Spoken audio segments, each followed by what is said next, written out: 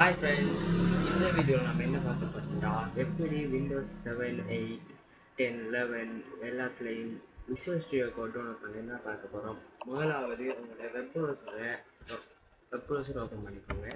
Open பண்ணிவிட்டு visual studio code download பண்ணிங்கன்னா visual studio கோட்டு official page இருக்கணும். அதுக்குள்ளே நீங்கள் இதுக்கு போனீங்கன்னா டவுன்லோட் ஃபார் விண்டோஸ்ன்ற ஆப்ஷன் காட்டும். அது விண்டோஸுக்கு மட்டும் டவுன்லோட் பண்ணுற மாதிரி இருக்கும். மேலே இருக்கிற டவுன்லோட் பார் பண்ணிங்கன்னா மெக்குக்கும் லினக்ஸுக்கும் விண்டோஸுக்கும் டவுன்லோட் பண்ணுற மாதிரி ஆப்ஷன் இருக்கும்.